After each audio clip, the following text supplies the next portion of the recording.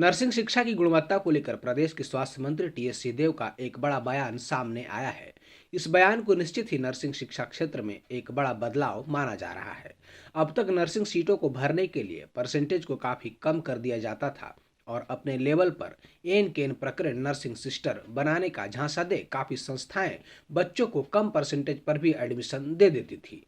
लेकिन इसका खामियाजा उन्हीं छात्र छात्राओं को तब भुगतना पड़ता था जब साधन सुविधा विहीन ये नर्सिंग शिक्षण संस्थाएं न तो ढंग से प्रयोगशाला उपलब्ध करा पाती थी और न ही ढंग के प्रशिक्षण केंद्र, जिसके कारण नर्सिंग की पढ़ाई पूरी कर चुके छात्रों को इंजेक्शन लगाने की सामान्य प्रक्रिया तक नहीं आ पाता था, जिससे काफी लोगों का भविष्य तो खराब होता ही था।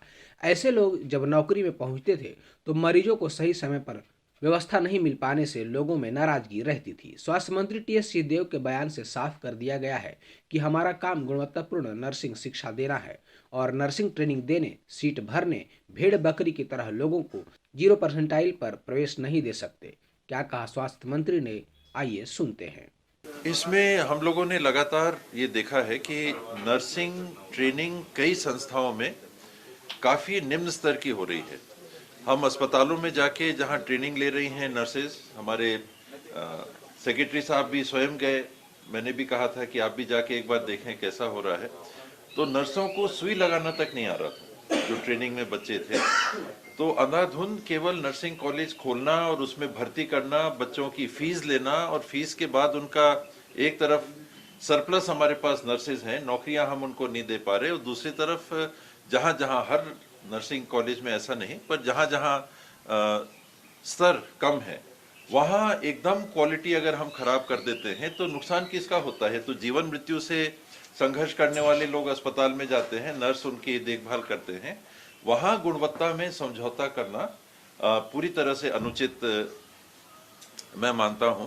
तो जो मांग आई है कि प्रवेश के प्रतिशत को शून्य कर दिया जाए, ये मुझे उचित नहीं लगता कि शून्य कर दिया जाए। और हमारी जो स्थिति जो हम देख रहे हैं, खुद देख रहे हैं, आंख से देख रहे हैं, कल के दिन जवाबदारी कौन लेगा कि अगर ट्रेन नर्स नहीं है, मरीजों को ऐसी नर्सें उपचार कर रही हैं जो आंख से देखा है, हमने परीक्षण कराया है, जांच कराई है और पाया है कि ऐसी स्थिति है, तो वहाँ एकदम से नर्सिंग कॉलेजेस में भर्ती किसी तरह से हो जाए, उन संस्थाओं की हित पूर्ति हो जाए, केवल उस दबाव में शून्य कर देना प्रवेश के अंक को मैं उचित नहीं मानता। पहली प्राथमिकता हमारी छत्तीसगढ़ के नागरिकों को उच्चतम स्तर की स्वास्थ्य सेवा मिले, ये है, और उसके लिए जो हम व्यवस्था कर सकते हैं उस दिशा में सोच रहे हैं। आप देख रहे हैं इंजीनियरिंग कॉलेजेस में भी सीटें खाली रहती हैं।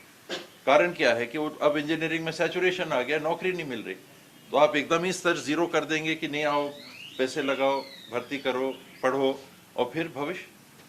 तो दोनों चीज है, एक तरफ सैचुरेशन और दूसरी तरफ गुणवत्ता। मेरे लिए गुणवत्ता बहुत महत्वपूर्ण है, इसलिए हम लोगों ने एक न्यूनतम अंक रखे हैं जो 20 और 15। शून्य करने पे मेरी सहमति नहीं वाले और जान लेने वाले वो लोग अपनी बात जाने, मेरे समझ में नहीं आती उनकी बातें।